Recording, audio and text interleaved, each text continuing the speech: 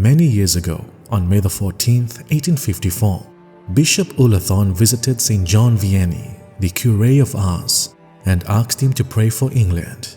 The Bishop of Birmingham later recalled the saint's response, spoken with remarkable conviction.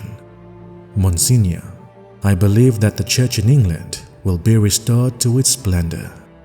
This was the prophecy of St. John Vianney concerning the future of England and its return to the Catholic faith.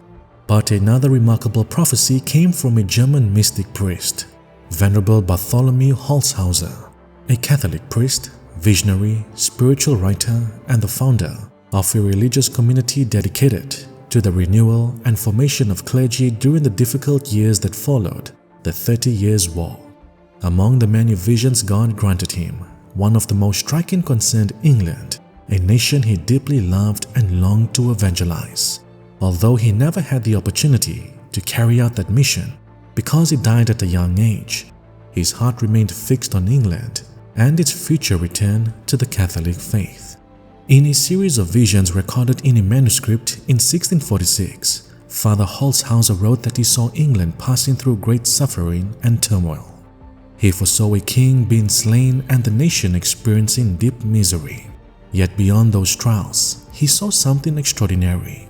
England would one day return to the Roman Catholic faith, and its people would accomplish even greater things for the Church than they had during their first conversion to Christianity. After desolation has reached its peak in England, peace will be restored and England will return to the Catholic faith with greater fervor than before. This was one of his most famous predictions, a future restoration of England to the Catholic faith. In another vision, Venerable Holzhauser saw a peaceful future for England. He described the land as being illuminated once again by the light of faith. And look, I saw a ship sailing on the sea and arrive in port, and the righteous and holy men who were in the ship landed, and they began to preach the gospel in those countries. They prospered in their undertaking, and that land returned to peace and the sanctification.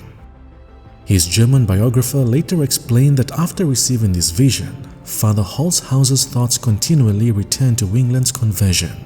No desire was more deeply rooted in his heart than the hope of traveling there and helping restore the Catholic faith, regardless of any danger to his own life. He waited only for permission from the elector to begin this missionary journey. That permission never came. Encouraged by his close friends to postpone his plans until his priestly institute was more firmly established, he devoted himself entirely to its growth and needs. The institute flourished under his care, but he died in Binyan on May 20th, 1658, at only 44 years old. Yet his visions extended far beyond England alone. He also foresaw a future era of renewal for the Church and the world. There will arise a valiant monarch anointed by God. He will be a Catholic, a descendant of Louis IX, yet a descendant of an ancient imperial German family, born in exile. He will rule supreme in temporal matters. The Pope will rule supreme in spiritual matters at the same time. Persecution will cease and justice shall rule, but by the changes of entire kingdoms, it will be made more firm. He will root out false doctrines and destroy the rule of Islam. His dominion will extend from the east to the west. All nations will adore God their Lord according to the Catholic teaching. There will be many wise and just men. The people will love justice, and peace will reign over the whole earth. For divine power will blind Satan for many years until the coming of the Son of Perdition.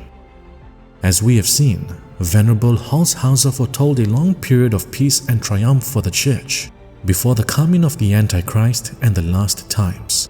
During this era, a great Catholic monarch and a holy Pope would help restore unity to the Church and strengthen the faith throughout the world. It would also be during this time, according to his vision, that England would experience its long-awaited conversion. Once again illuminated by the Catholic faith, the nation would bring great glory to God through its works, greater even than in centuries past. Other mystics echoed similar hopes. The blessed mystic Anna Maria Taigi also spoke of a future age of peace following the 3 days of darkness.